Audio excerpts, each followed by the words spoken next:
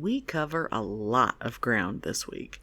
First, did you know there's a freckle fad? I didn't. Then we talk about appropriating appropriation, and ugly dicks, and some dude back in 1990 with a cigar fetish. And before you know it, there's bananas in the blender. And if that's not enough, and you'd think it would be, this week in self-care, we're talking about giving yourself pleasure. But not like that.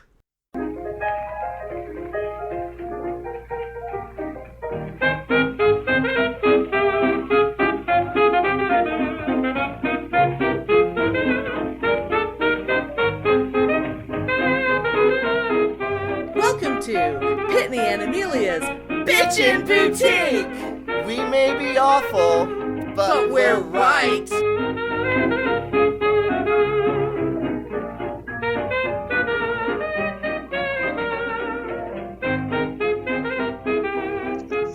Okay, so about a week ago, in the car, I was listening to NPR, of course. And I had heard, and I meant to look this guy's name up, and I didn't, but whatever, it doesn't even matter. It was an interview that he had written about the history of makeup on men. Oh, okay. Which is really interesting, right? Yeah. And, I love makeup. I'm all about makeup. And, if I had blemishes or something, you could bet your sweet ass that I would do makeup. But of course you are notoriously blemish-free. Yes. But and flawless. Well, yes. But it was interesting. And but he was he's also an influencer and a big old queen. So in the context of something that was an interesting topic, his personality was also kind of intolerable. Right. Oh God. And so while I was interested, it sort of made me roll my eyes, right? And he was just talking about this book and how, makeup has always been on men, both men and women and blah, blah, blah. And he wants to make makeup on men mainstream and yada, yada, yada. And I was like, well, that's sort of interesting, but I was kind of rolling my eyes. So anyway, never thought about it again, forgot about it. Mm-hmm. The other night when I was coming back from work, it was Friday night. And, Friday night at 11, it's not exactly prime time to listen to NPR, so they do repeats.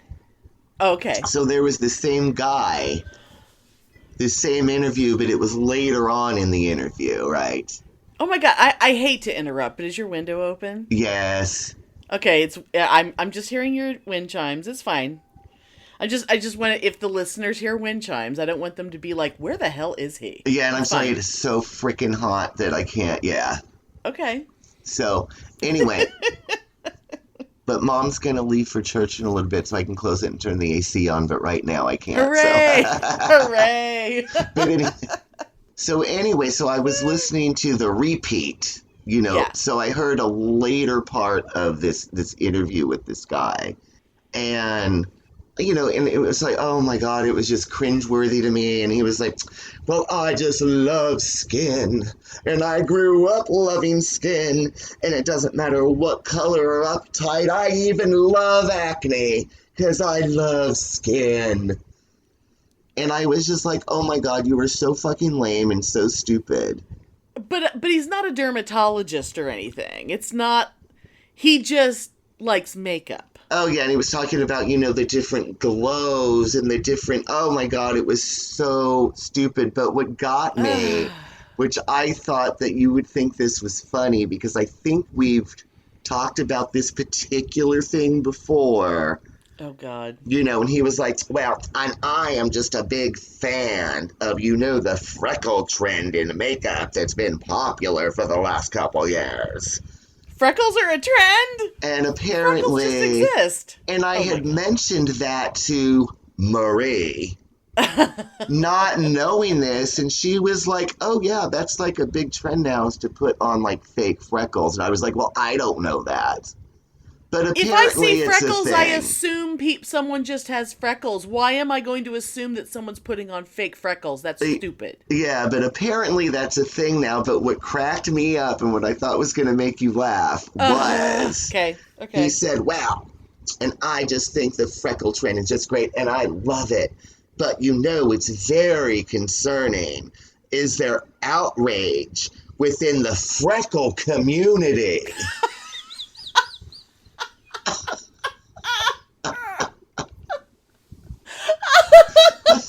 I am not fucking kidding. Oh my god. Oh my god. The freckle community. That is the stupidest thing. Okay, can we outlaw the word community? I'm so tired of community. I know, because I know that in the past we've made fun of the blah blah blah community, and I can't even remember the things we've made fun of, but it's so stupid sometimes. It's lost all meaning. It has lost all meaning. It's like it's only a community if it's actually a community. Just because there's a group of people who share a characteristic doesn't mean they are a community.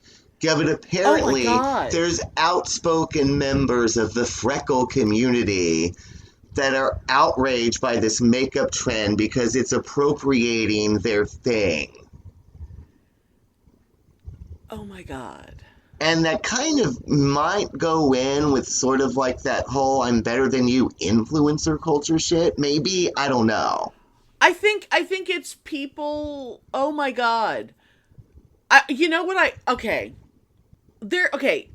Appropriation just automatically gets into a scary area because I've often wondered about, like, for example, the hipster culture where like the hipster thing of drinking Pabst Blue Ribbon and wearing trucker hats and like Dickies work shirts. And it's like, don't you goddamn dare to pretend to be a blue collar, poor, you're literally appropriating like redneck culture and poor white trash culture, and it's like, but no one considers that cultural appropriation. Oh, right.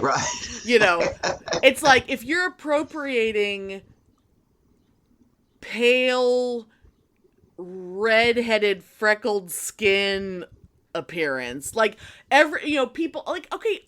Yeah, I used to dye my hair red because I always felt ripped off because I always felt like I should have been a redhead because the reason why I was blonde was because I had a redheaded grandmother. That, we had just this entire generation of nothing but blondes in my family because we all had a redheaded grandmother. But think of how much that must have upset the ginger community. Exactly, because clearly the ginger community was like, oh, look at her thinking she's one of us. Now, the fact that I'm extremely pale and I burst into flames if I walk outside, irrelevant, because I'm not naturally ginger. I mean,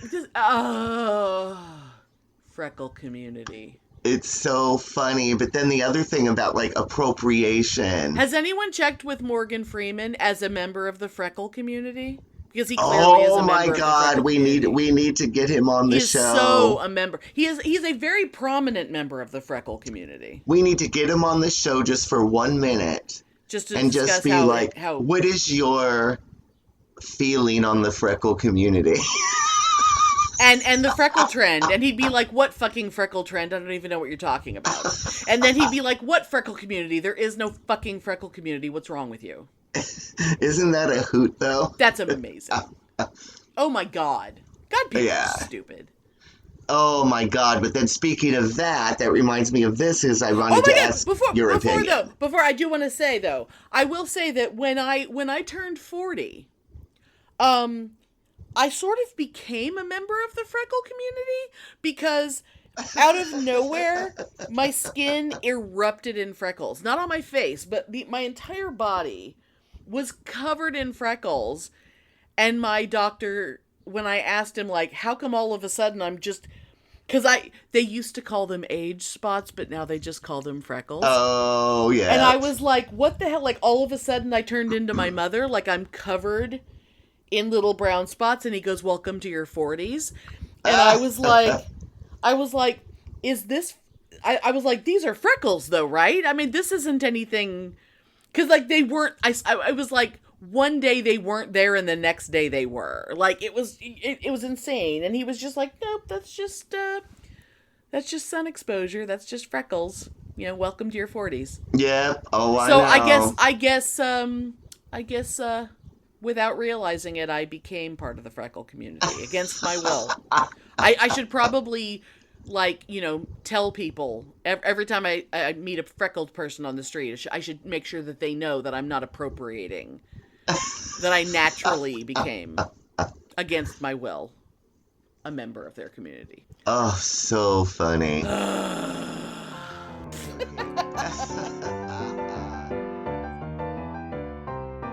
Do you remember last week I had made all those smudge sticks? Oh, when you took that class. Yeah. Yeah. Because I'd gone over to that woman's house and I got all this stuff and blah, blah.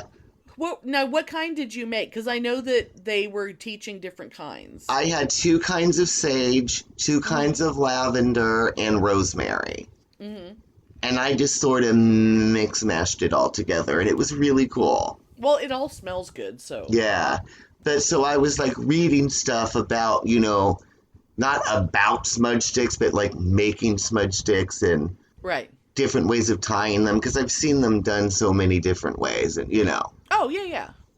But on one particular thing that I was on about making smudge sticks, and that was like a pagan-oriented group, because that's where I'm going to gravitate to, because that's me, right? Well, right, and that's the reason why you're doing it. You're not doing it to, you know, you're not making potpourri. You're using it for ritual purposes. Yeah. Right? So there was this big argument in the comments. Oh, God, I can see where this is going. Oh, yeah, this big argument. And the person that started this argument... was a white female member of the pagan community. Of course it was. Who had nothing to do with the Native American community. Of course. And was going on, I think it's just terrible that the pagans, we always say it's smudging, and we use sage, and we say that it's smudge sticks. This isn't smudging. Yeah, you're not allowed to call it smudging. You have to call it something else. This is Native American appropriation. Yeah, you have to have a different word for it, because if you call it smudging, you're appropriating. Oh yeah, and she would not shut the fuck up. And there was all these people were arguing her, and there was all like these links that people were posting about this thing called smudging, and even though you call it what you will, it exists in so many different cultures and so many different religions forever, and it's not appropriating Native American culture. It is what it is. Right. Exactly. It's like a universal thing that's just somehow been done. The burning of herbs is a very, very common thing all over the world. Yes. But anyway, oh my God, it was like, I did not even engage, and I was just like, I don't know who this bitch is, but fuck her, and she's probably friends with Z Budapest. Do you think Z Budapest and Birch Moon Woman know each other? Oh my God, they're probably lovers. Oh my God. Actually, no, I think Z is straight, actually. Oh, really? And she probably, I don't know, I would imagine she's probably homophobic too. I don't know. I don't know of any evidence of that, but it wouldn't surprise me. But anyway. Probably. But yeah, I just wanted to say that about appropriation, because I just read that and I was just like, oh, please, when will it end? And it's aggravating because appropriation exists, but just because you learn the word appropriation doesn't mean you get to run around and point at everything you see and go, appropriation. It's like, sometimes people just like a thing and appreciate it, or incorporate something into their personal style or whatever, and it doesn't mean if you do it and pretend you invented it, that's not, like if you think, if you want to walk around and pretend like Bo Derek invented cornrows, then you're an asshole. But, then you have no sense of how the world works or whatever. But, or if you want to be like, oh, I invented this, this particular way of painting or this way of weaving fabric, or it's like, no, you didn't. You saw someone else doing it and you copied them. That's appropriation. If you appreciate, like I have, in my house, I have textiles that I bought in Guatemala because they're fucking beautiful and because I love things from that part of the world. I love Mesoamerican art and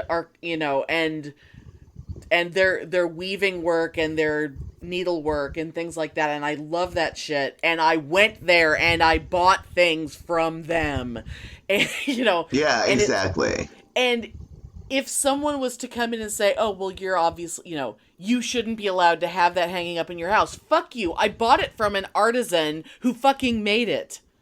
It's like, fuck you. Why are they? It's not just sell shit to tourists. It's like, no, this is like this is one of many things that I love, but I genuinely love it. It's not the same thing as being just some hippie chick who bought a friendship bracelet on the drag. Yeah. It's not the same thing, Oh my God. Yeah. And what amuses me about it is like the people that bitch about that are also so much the hyper PC global community people. We're all one. There you go. It's a global community. We should all share. Right. So, yeah. How do you combine those two ideas? How are we all one big global community and yet stay in your fucking lane and don't you dare share ideas or share art or... Oh my God! Yeah, I don't understand any of that. Why not talk about why don't you just ban all fusion cuisine because you're appropriating other cultures? Yeah, it's like, well, you're a white person, therefore you need to eat nothing but boiled spiceless chicken for the rest of your life, because if you're a white person, you need to eat bland food because only non-white people eat food that's worth eating. It's so stupid. Anyway. Oh my God. Yeah, we go on forever, but we don't need to because, oh my God, it's stupid. Oh my God. Yeah. Yeah, but that just dawned on me, the utter hypocrisy of these people bitching about that are usually the same people that are talking about we're all one and we're a global community and we need to share resources and share money and share food, but don't you dare share anything meaningful or artistic. Right. And don't you dare have a religious belief that wasn't what you were brought up in. Don't you dare, search the world for meaning, because don't look beyond your doorstep. Don't look beyond your own backyard for anything more meaningful, because it's all, it's like, no, fuck you. Yeah, that's really interesting. I never thought about that before. But anyway, I wonder what Birch would say.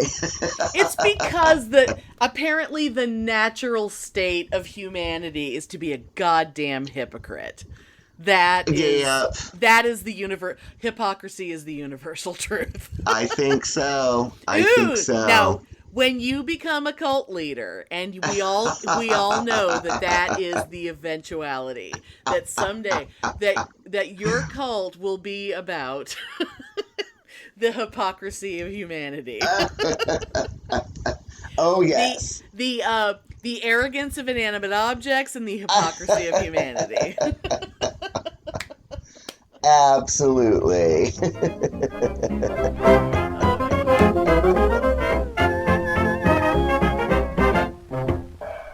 Well, hello, America, and thanks for coming. My name's Seth. What's yours? Hey, it's Jamal. And Stony. Have you ever had Drag Race withdrawal? You know the symptoms. Not enough glitter, eyelashes not staying glued down, and that red itchy rash that just won't go away. You should see a doctor for that. And the only prescription for your blues is more Thanks for Coming, the most magically gay podcast. With at least 150 podcasts, 7 seasons of Drag Race coverage under our belt, and topical queer discussions, there's a little bit for everyone here. That's right. We're even featured on Cosmopolitan's list of top 7 RuPaul's Drag Race podcasts that spill the hottest tea. Join us every week as we bring you a fun recap of the latest episode of whatever season we're covering. It'll make you feel like you're back on the couch discussing the latest episode of Drag Race with all your friends. Stop by thanksforcomingpodcast.com for links to listen on your platform of choice, links to all of our social media and recent happenings. Oh, what are you waiting for? Go check us out, Hanny. Thanks for Coming, a RuPaul's Drag Race podcast.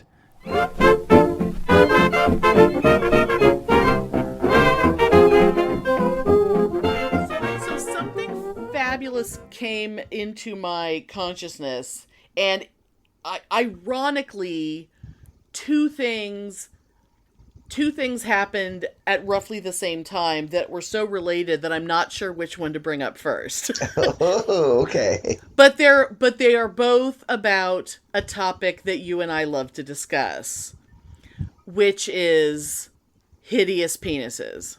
Okay. And I've seen my share. Well, you know, those of us that have seen a lot of them, the more penises you see, the more the more of a chance you have to see ones that you really didn't want to see.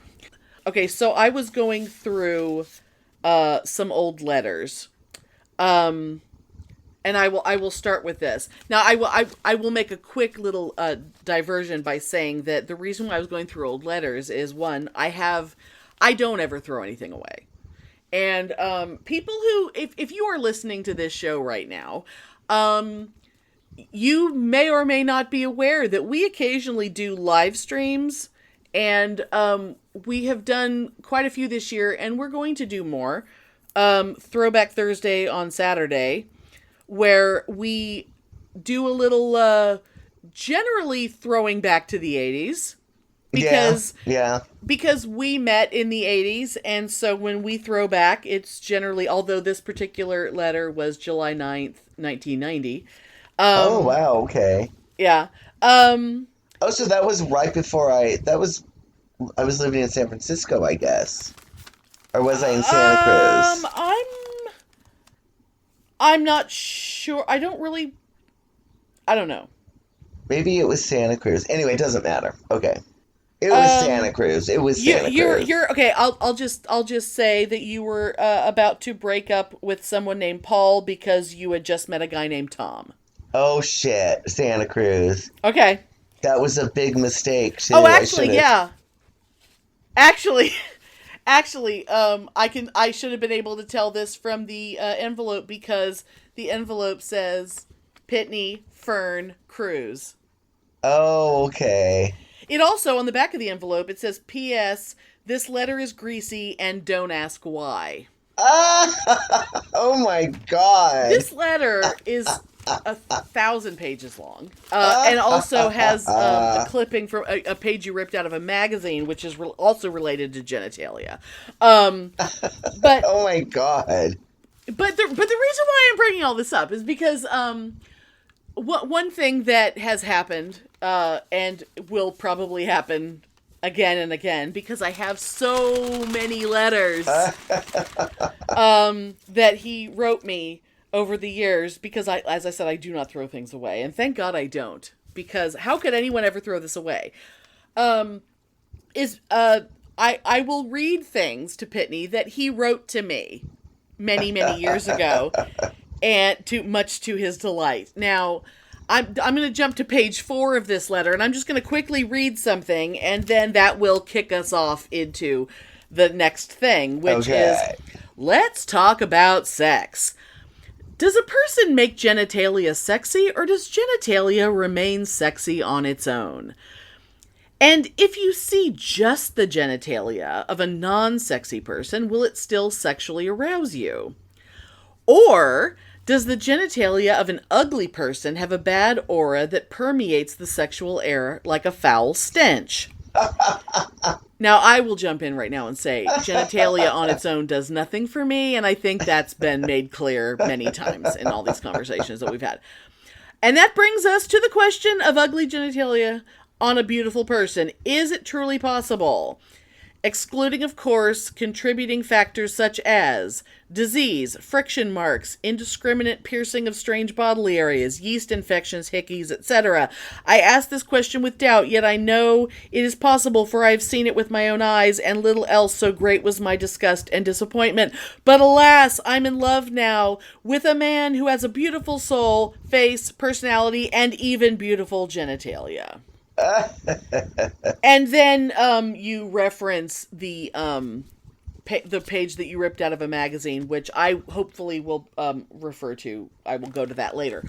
But the reason why I reference this letter is because sometimes a headline will pop up in front of you. And, you know, those headline writers, they know what they're doing. Oh, God, yeah. But what's interesting now I want to make it very clear. This news story is appalling. It is horrible. And I am in no way making fun of what happened, because it's terrible. Because we are talking about a prison guard who, well, it's wonderful that he got 25 years. He was sentenced to 25 years for raping many female inmates. Oh. And he was part of a major sting operation where multiple prison guards were raping the female inmates. Oh, really? At this prison. Okay. I mean, the story itself is horrible, but the Absolutely. reason why aspects of this story kind of went a little bit viral, and the reason why I'm talking about it now, is because, let's just say, if you are a man with a disgusting penis, perhaps sexual assault where you do not want to be identified later by your disgusting penis, and have your disgusting penis described at length by multiple women in a court of law, and okay, I can see. Okay, photographs of your disgusting penis be showed to jurors, who then, it is part of the court record, the grimacing of the jurors in revulsion at the sight of your disgusting penis. Okay, so let me just say, so it was identification by phallus then. Oh yeah. Oh yeah. Okay. I mean, you know, they definitely knew what guard was forcing them to suck his hideous dick. Yeah.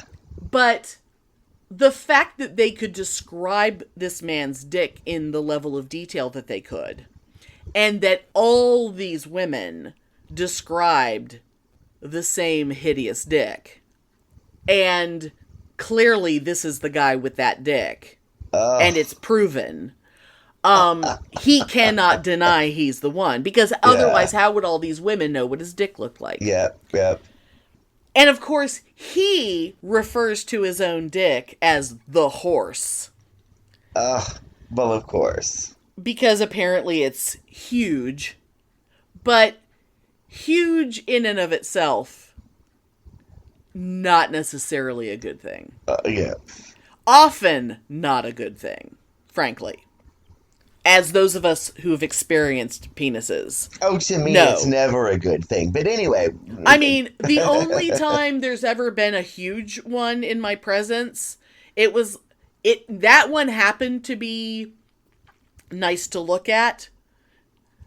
But, oh my God, get that thing away from me. That thing came near me, but that's as much as can say. Because it was like you're not putting that anywhere. Yeah. You're not inserting that anywhere in me because it's horrifying. But I will say this, just because fuck this guy. Perez cried Wednesday as he begged the court for leniency and maintained his innocence. I asked for mercy, not just for me, but for my family, Perez said through tears. Yeah. How about, he begging the court to think of his family. It's like, how about you think of your family once in a while, you rapist piece of shit? Yep. So, and all these women who are like on the stand having to describe this enormous penis, and they're all describe. Okay, I'm just gonna slowly describe, and you react. Okay. As you see fit. Okay. The first thing I'm gonna say, I know exactly how you're gonna react. He wasn't circumcised. Okay, yeah, no. I mean, that's an automatic. I mean, I think we both knew that was coming. Yes. It was big and like a hook. Oh. It was humongous and curved. It smelled like pussy.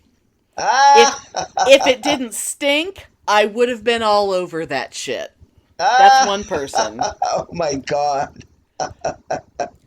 But another one mentioned the smell and said that the smell of his dick was so awful that that the whole time she just wanted to throw up. That it was just like the smell, it was all she could do to not vomit. Oh my God.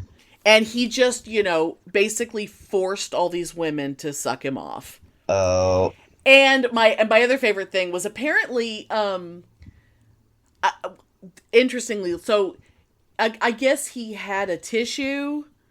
He always had a tissue with him, and he would come into a tissue which he would then fold up and throw away, which I thought was a weirdly dainty move. That's really weird, yeah. I'm so horrified by all these women basically saying like it was just like the most disgusting dick they've ever seen. And like a hook. And like hooked. I mean, like a curve to the point. And I was almost surprised that some of these articles, because some of these articles were being really crude, like because some of the websites are not like real news websites that we're picking up. Yeah. And they're really, really getting into the description, and we're talking like 23 counts of sexual assault. Oh my God. I mean, and that's, and so that's, I mean, that's part of why it feels weird to joke about it. But I wanted to make it very, very clear that it's like, oh no, we're just joking about the fact that someone who is this fucking hideous. Yes. I mean, obviously, no one should be forcing their dick on anyone, but and of course he has to register as a sex offender. And of course he just wants to be like, "Oh, but I'm so innocent." It's like, that's some goddamn nerve. That is some goddamn nerve. And how can he say he's innocent? Yeah. I mean, that's amazing. Yeah, I mean, give me a break. And I hope that he was looking at the jurors when they were being forced to look at pictures of his dick, so that he could see their horrified faces as well. Because I'm sure something about him gets off on seeing a woman being horrified by his dick. Because obviously that's part of it. But to see a jury be like, I mean, distinctive genitals. See, that's kind of glorious. I mean, I think, it's like, sure, send him to jail. Make sure that everyone in the prison he's sent to, make sure every guy there knows exactly what he's in for. Make sure everybody knows about his disgusting dick. He's going to get it coming the other way for sure. Oh, my Lord. But I mean, it's like, I'm generally not someone who would say, okay, castrate the son of a bitch, but I think he should be forced to choke on his own dick. I think he would be a perfect candidate for death by choking on his own dick. That, I have no problem with that. Oh, the fact that he's a prison guard in jail for rape. Oh, yeah, his ass is toast, Yeah, because the fact that he had been a prison guard automatically means that the other prisoners where he ends up, they're going to love him for that. Oh, you think you're a tough guy? I mean, there's no way he didn't get into that job because he wanted to rape prisoners. I mean... Oh, yeah. I mean, and the fact, it's like, I don't know how many other guards. I just know that it was part of a big operation where it was like obviously an open secret where like all these guards were just sort of probably protecting each other and everybody knew everybody was raping all the prisoners. Probably all over the place. It's probably every prison. Oh my God, it's so awful. But oh my God. So disgusting dicks. They're just... I mean, a little bit gross is bad enough. But that's one of the reasons why, I generally don't find dicks to be that attractive anyway. I mean, they're comical to me. They'll feel good when they're being used the way they're supposed to. They serve their purpose, but I don't want them to look bad, but even when they look good, they're still just a dick. So they're kind of a lot of them are largely the same, But what's really horrifying is, don't ever, unless you really want to be put off. Don't do say a Google image search of ugly dick. Because there is some head to dick ratio issues out there that are really kind of like, oh my God, that can't be real, can it? Like a mushroom where the cap is enormous, but the shaft of the mushroom is very small, thin and small. It's like how it doesn't make sense. It's like a plate balancing on a cardboard tube or something. It's like, I don't... and there should be free plastic surgery for that. Oh my God, it's horrifying. That's based on my standards. Free plastic surgery for that. Because let's face it, the phallus is the pillar of humanity. And it needs to always be beautiful.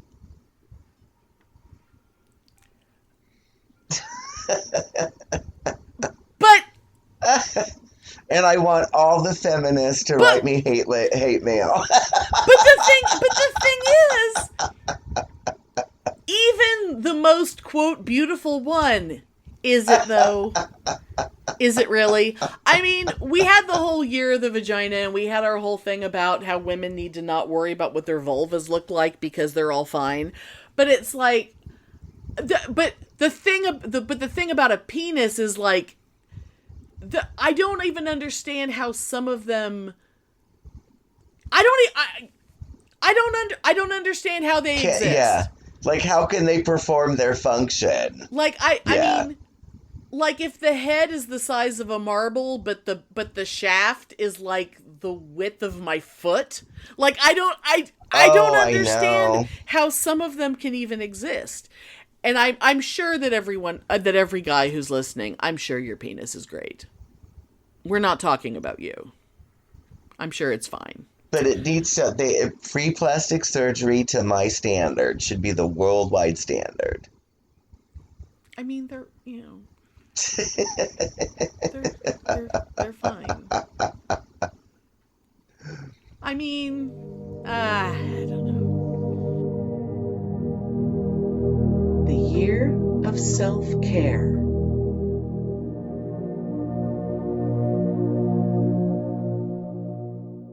I spent a lot of years studying a thing called the Nia technique. It's too much to go into now, but it's a dance, healing, martial arts fusion thingy. created by Debbie and Carlos Rosas, two fitness instructors who noticed that the fittest people they knew, remember all those aerobics instructors back in the 80s? Well, they had the most injuries and chronic pain. So with them in mind, Debbie and Carlos developed a way of moving that focused on really listening to what the body is telling you it needs. It's actually really awesome and fulfilling, and I need to get back into it. And the reason I bring it up now is there's a fundamental concept in NIA that I realized this morning is sort of like a major component of mindfulness, but like a different way of looking at it. This idea is something that Debbie Rosas calls being a sensation scientist. Now, there was a time when you were very, very young that you were really tuned in to your senses. You were like a little sensory sponge, constantly soaking up information from the world around you.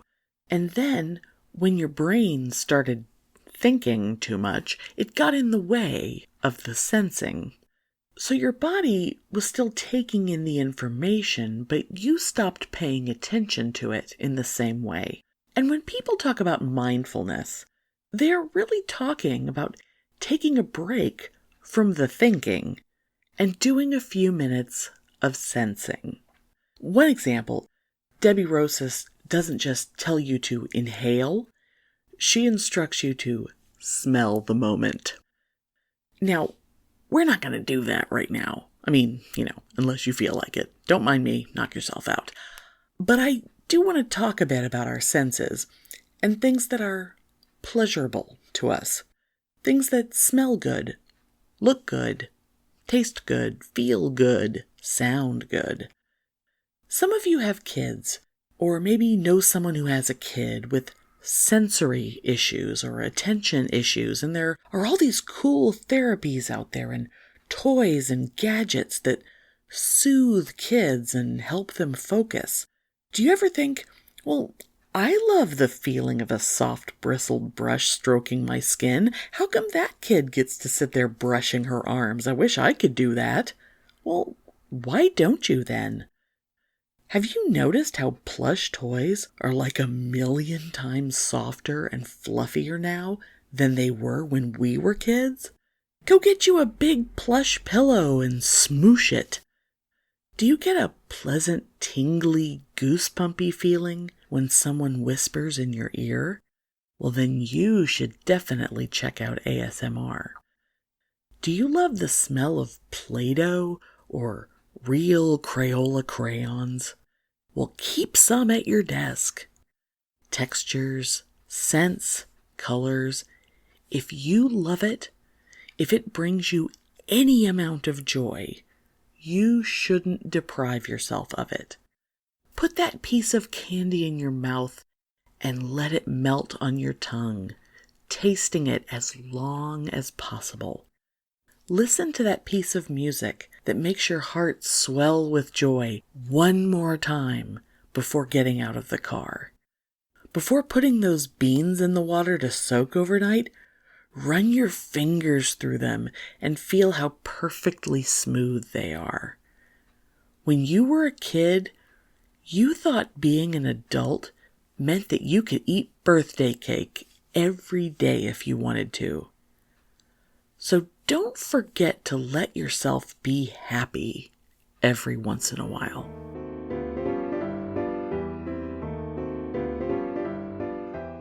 Shall I read this? I don't know what this. Yes, it's so weird that I didn't send you a news clip. Wow. Well, okay, it's obviously from. Oh, it's from The Advocate, but it's from what The Advocate used to be a long time ago. This is from The Advisor, from the classified section back in the Advocate, back when before it was a nice glossy magazine. Oh, wow. Okay. And of course, the back side of the page has an ad for a pump. Well, of course. The best phone fantasy is hard to get, an 801-532-6406. Slap some buns if you dare. Ooh, call 976-BUTT. Looking for a lover, a friend, or just someone to talk to? Like a whole pen pal thing? Wow. Okay. But this is like an advice column sort of thing. But the question. Okay, well, so there's 3 questions, but you sent me read the circled one. Okay. My partner and I enjoyed our 8th anniversary last month.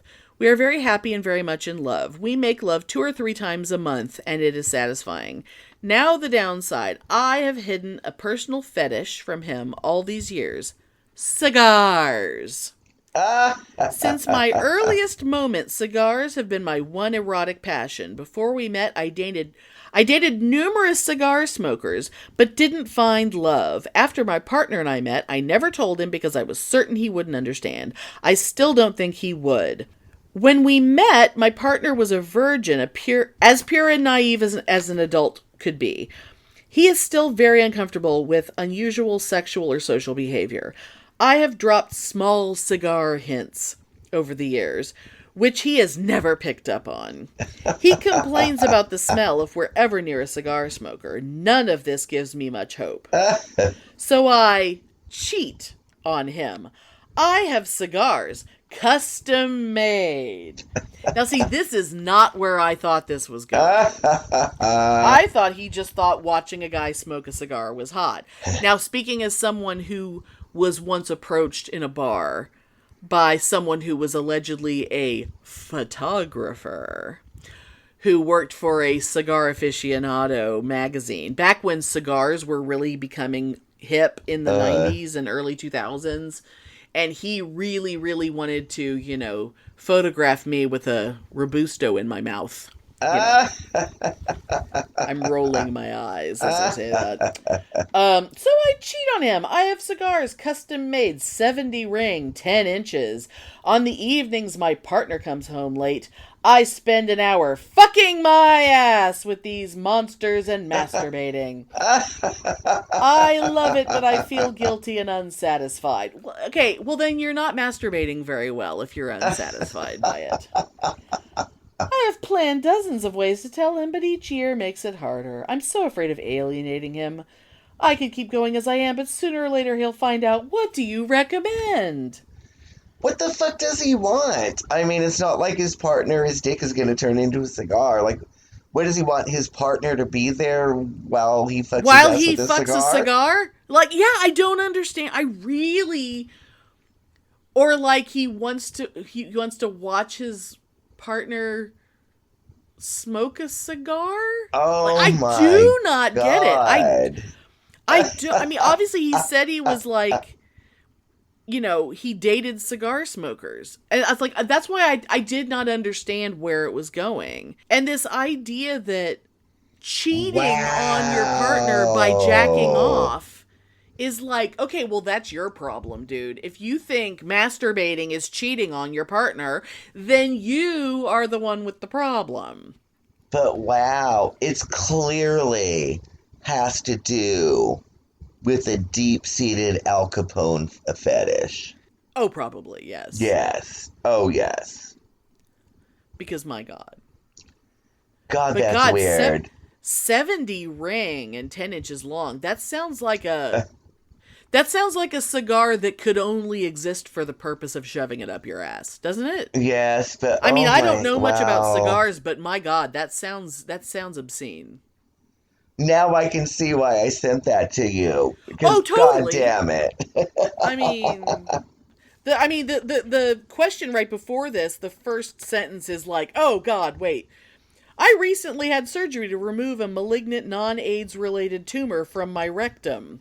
I mean, like, God, 1990, things were still really upsetting. Yes, back then. yes. Good Lord. And then this one is, I have a rapidly growing collection of dildos of various sizes and shapes. I have used them only on myself. I realize sharing toys is a no-no. And then this is basically a question about cleaning your dildos and how to, like different kinds of lubricants and different ways of cleaning them to make sure that you keep your dildos nice and fresh. And see, that's a good practical thing. That's a very good practical question. But the cigar thing, oh my goodness. And it's right up there with our old favorite Big Mac story. Oh, yes. that came from Penthouse. Oh, God. Did we ever tell that story? You know, I feel like we I did, think but I we think we should. I think did. we should tell it again. Because, oh I my think we should God, tell that story at yes. least once a year because it's worth it. So I believe we Oh. found it because it's not like we read Penthouse all the time, but when Penthouse had a big anniversary issue, and it was the one that had Tanya Harding and Jeff Gillooly in it, and that issue was going around my office, which was so inappropriate. Yeah, but that's okay.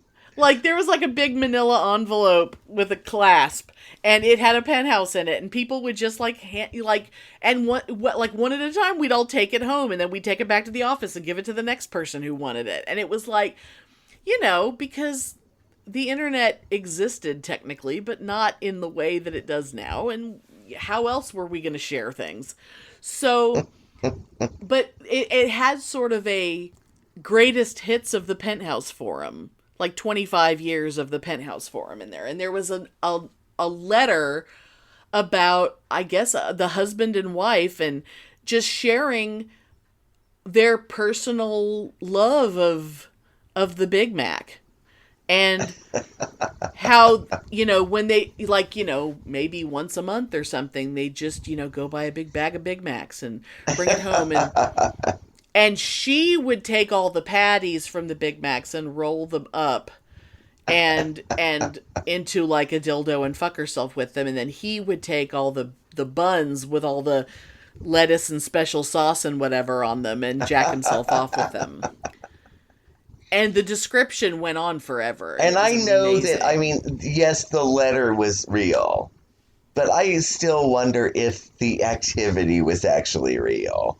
Although people are so weird, It's it so could unsanitary. It's so be. It could unsanitary. very well be real, but I'm not convinced that it is. But who knows? I don't know. There's a lot of people who are really gross.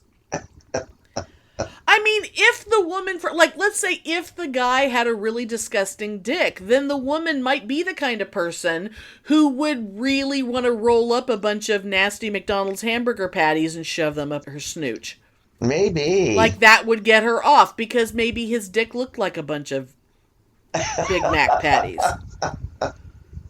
All But lumpy yeah, and... I remember that. And though, do they yeah. really roll? I mean, they would just fall apart. I mean, come on. Yeah, I mean, let's get real.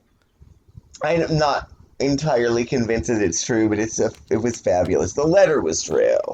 The letter is absolutely real. We read it many, many times. And that also was the same magazine that had the letter about bananas in the blender. Oh, yes, bananas in the blender. Which was about a guy who would just, his particular form of jacking off was to put a bunch of bananas in a blender, and then he would, like, you know, stick his dick the bananas in and it. stick his dick in there while the banana. But you know, your dick needs to not be so long that you don't have to worry about the tip of your dick being cut off by the whirring blades at the bottom. Now that I could see being a thing. I could see that being real. Because But guys yeah. will stick their dicks in anything. But You know, that that's guy really was just scary. making daiquiris one day and was like, Yeah. But if I remember right, did the guy... Someone drank the aftermath of that, right? Yeah. That was part of it, if I Yeah. remember. That was part of it, yeah. Because, of course. I don't think he did. I think he made his wife drink it or something. Ugh.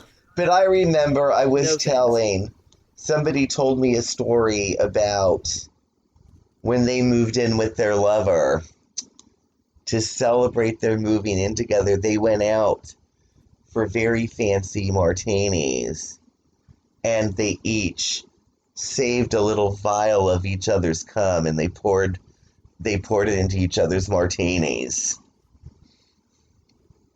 For real? For real. For real.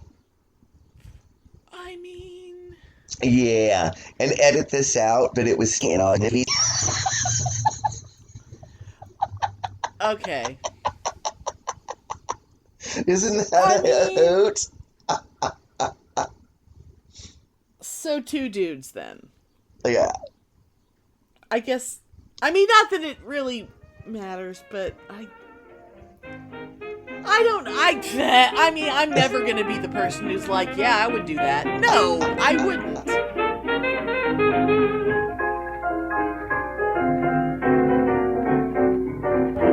Thanks for listening.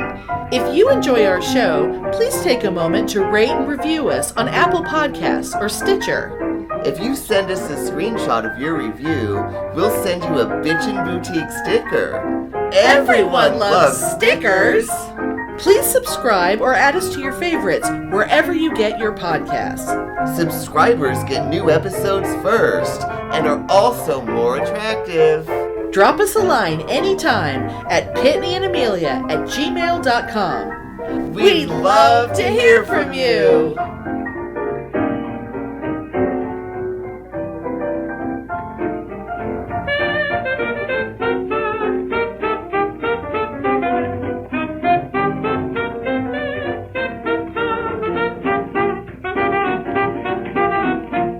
Yeah, I laughed so hard when I was told that. But just the banana, the special banana Frosty just made me think of that.